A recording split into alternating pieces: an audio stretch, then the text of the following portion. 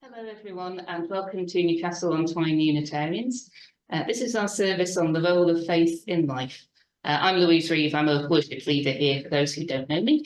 This is Amma Radaya, who is a Buddhist minister who is leading our worship today. So just as you heard me say, we are recording, but the camera is just focused forward, so nobody else will appear on the recording. Welcome, whether you are here in person or online, it's wonderful to see you.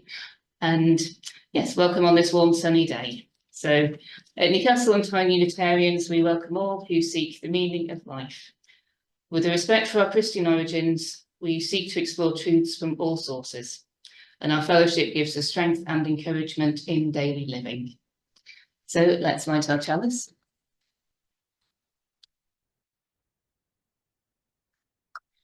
And we have these words for today. In lighting this chalice, we cast upon it our hopes and intentions for all that is positive, in our minds and in our hearts.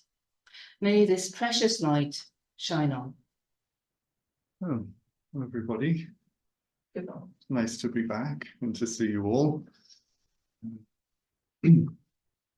Yeah, so this talk might have been advertised as essentially a talk on the topic of faith, which essentially it is, but it's a talk that kind of leads us up to the topic of faith, and then in a few weeks' time, when we spend more time together, maybe talk a bit more about faith.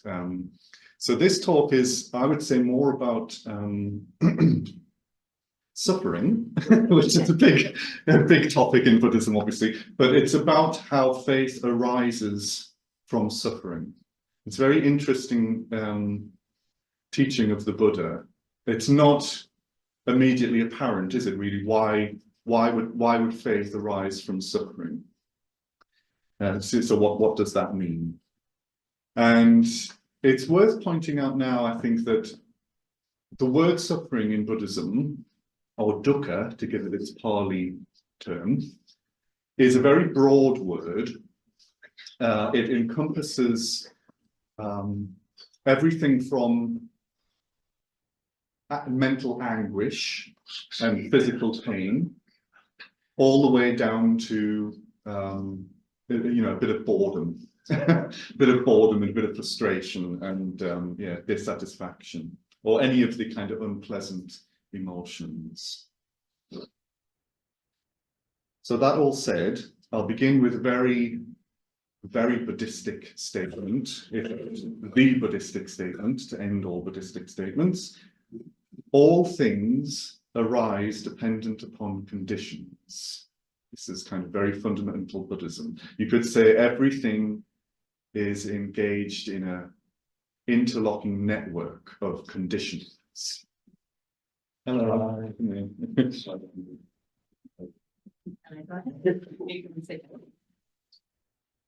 So I was just making a very kind of fundamental statement, Brian, a very Buddhistic statement, that all things arise dependent on conditions. So yes, the Buddha disputed the idea that anything exists independently. He said that everything is completely dependent on causes and effects. This is, you could say, essentially what his enlightenment experience consisted of. It was a direct seeing into this dependent nature of all things.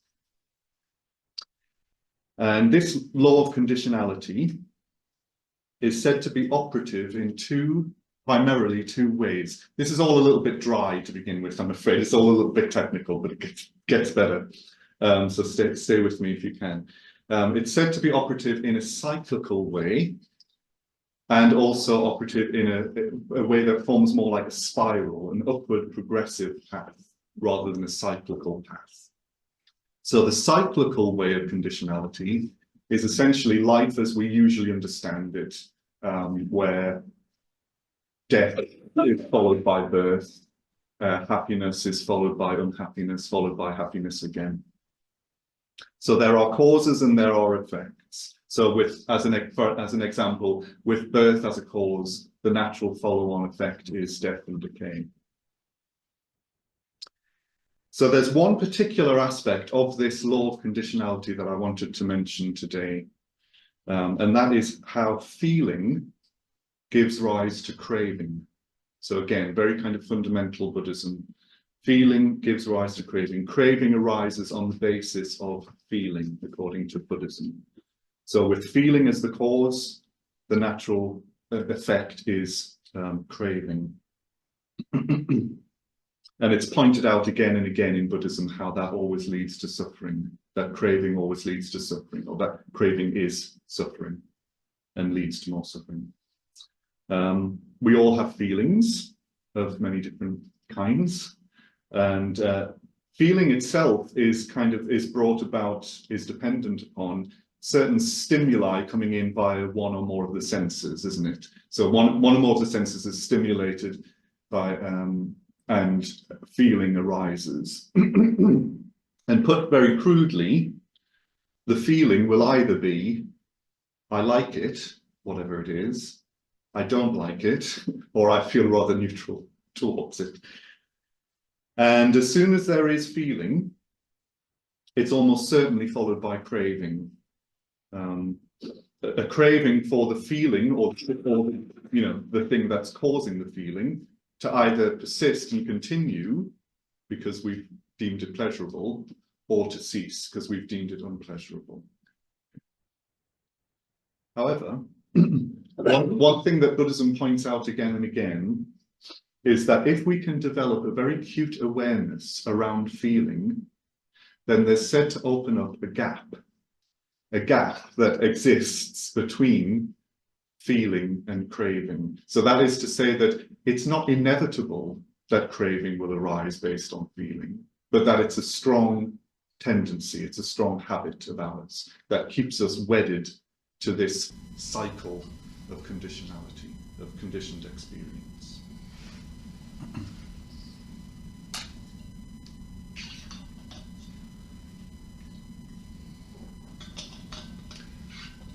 So if we can sit still with feeling and not give rise to craving, and all of the subsequent pushing and pulling, the grasping and the pushing things away that we don't like, the craving and aversion, then it's said that we exit this cyclical form of conditionality and enter onto the more spiral, progressive path.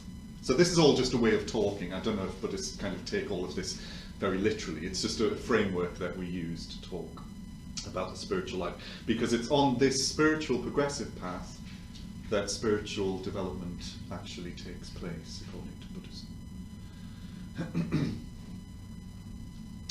Here's a little quote from Sangharakshita, the founder of the particular Buddhist order that I'm part of. Just as out of the bud grows the flower, and out of the flower the fruit, so out of one spiritual experience there grows another, and out of that yet another, each one higher, more refined, more beautiful, a little nearer nirvana. So instead of going from feeling to craving, we go from feeling to suffering, which is maybe not where we expected to kind of find ourselves. Why is that? Why when we don't allow craving to arise on the basis of feeling, and we exit this so-called cycle and get onto the spiral, why do we find ourselves at a state of suffering? So the first thing to say here is it's not quite the same type of suffering or the same kind of suffering as we experience when we crave. So it's not the suffering that comes from going round the wheel again. As I've already suggested, this is the suffering, the first stage or the first aspect of the progressive spiral path. So it's a more refined suffering. It's what we call existential suffering. So Buddhism recognizes three different kinds of suffering, or three, better yet, three different aspects to suffering. So there is what's called dukkha dukkha, which refers to physical pain, mental anguish, getting what we don't like and not getting what we do like. Then there is viparinama dukkha, which covers the suffering that's brought about by change. So our sense of loss, when something that once brought happiness changes, and what once was pleasurable is now unpleasurable. And before I mention the third and final one, I suppose what I'm suggesting is that those two first aspects of suffering belong much more to the cycle, the cyclical aspect of conditionality. They arise when we are grasping and pushing at our experience. The third aspect of suffering is called sankhara dukkha, and this is more like an existential, ever-present, underlying, inherent dis-ease. Yes, it's sometimes called unsatisfactoriness. And I think for most people, this is much more subtle. It's not as coarse as other forms of suffering. We can sometimes be dimly aware, can't we, or maybe sometimes very aware, that even when all of the external conditions of life fall into a rather pleasing arrangement, there's still a kind of, I'm not quite sure how you would have to describe it for yourself, but a bit of a hole in the human heart or the human soul that just is not getting fulfilled, that cannot be fulfilled by all of this, external conditions of our life. And that's exactly what this type of suffering is, this sankhara dukkha. It is inherent in existence. Nothing of this conditioned world can appease it. So you could say it's a yearning or a longing to come to know, really know, who and what we are. To come to know our true nature. Or you could say to come to know God, to be actually in relationship with that that we are truly one with. Which is, of course, on one hand, a very skillful, very positive desire to have, the desire to wake up, as Buddhists would say. But at the same time, it has this kind of unpleasant aspect to it as well, a kind of a yearning, a longing that is never getting fulfilled by anything of this conditioned world. But it is a suffering that has meaning and purpose to it, because it's springing from really beginning to look very deeply at this inherent dis-ease. And once we really are beginning to look, then spiritual development can really start to begin to take place. So that's why it's said sometimes in Buddhism that the spiritual life begins with suffering. So just to kind of reiterate this part of the talk, whether we distract ourselves with our usual habitual responses, there's suffering, or whether we sit still and don't give rise to our usual habitual responses, there's suffering as well. Yet the first one is a more kind of habitual, frustrated suffering. The other is a more kind of refined, a more quiet existential suffering. That looking at the rest of the spiritual path, which we'll not do today, but ultimately culminates in complete freedom from suffering. There's a bit of a pithy saying, well, there's many of them in Buddhism, that says, if you're going to investigate suffering, which is essentially what Buddhism is, it is the investigation of the causes and the cessation of suffering, then be prepared to suffer. Seems kind of reasonable enough. It brings me also to another Dharmic saying that is a favourite of mine. I'm not quite sure who said it or when. It's not actually immunity from suffering that we're seeking, but intimacy. It's not immunity from suffering that we're seeking, but intimacy. So that radically kind of changed things for me. We know, don't we, that it's not, that the way forward is never going to be in attempting to kind of block it out or to try to deny it or try to distract ourselves from it. Or wanting a kind of bulletproof jacket through which suffering cannot strike. you know, that's all fantasy. Living like that is a bit of living like a fantasy. So that only kind of takes us round the wheel again and again. But turning towards our suffering, well, that's revolutionary. That's a whole different way of living. We want to understand what suffering really is, and in order to kind of come out the other side of it, if you get what I mean. The underlying existential suffering that I'm saying that we learn how to kind of sit still with, can reveal something of its deeper quality. It starts to reveal something of our own true nature to us. So we have the willingness to kind of see what this suffering has to show us. So we make a step towards it, and then another one, and then another one. Maybe it continues all the way through life. But what arises as a result is faith, Shraddha in Buddhism. So this is the next stage, or the next aspect of this spiral progressive path.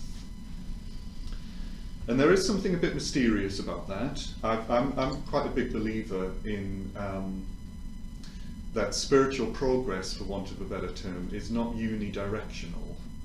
Yeah, that when we make effort in that way, in that area of our existence, of life, then there's a kind of response from somewhere, from something, from the universe, if you like, or from God. That something responds to our efforts to wake up. So there's a kind of momentum that builds up of its own making, with obviously a little bit of effort from us, and it does get easier. You know, the spiritual life does get a little bit easier because we've entered into some sort of mutual relationship. It's not all about us. It's not all on our shoulders.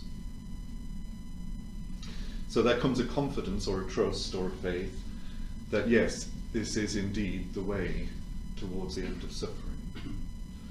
But it only becomes freedom from suffering because so intimate with it that we kind of become one with it, in a way. Be one with your afflictions, said the Buddha.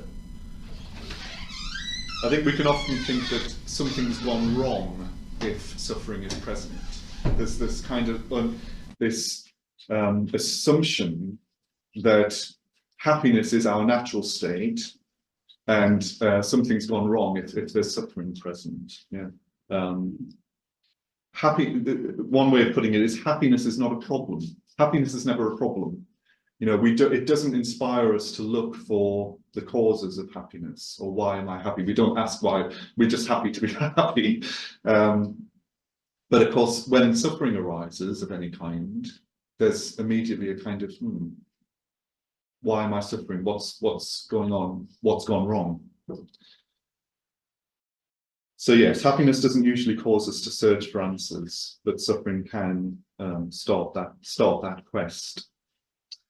And maybe a lifetime of conditioned things, partner, job, promotion, new car, whatever it is, a lifetime of that is enough to kind of tell us that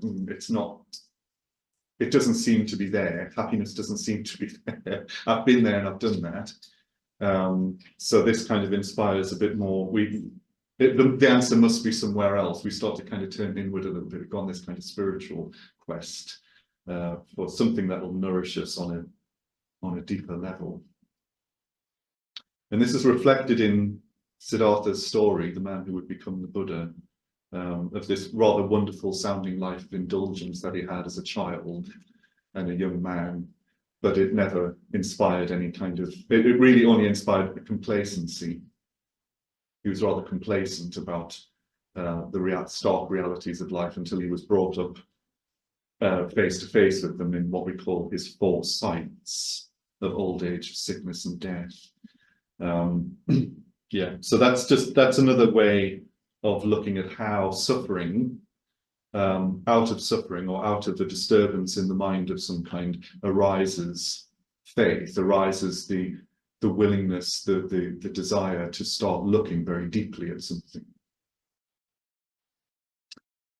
And what we place our faith in, of course, each one of us will have to word that for ourselves and have to, configure that for ourselves. So a Buddhist might say that they place their faith at the feet of the Buddha, or in the Buddha, or the three jewels, the Buddha, his teachings, and the community.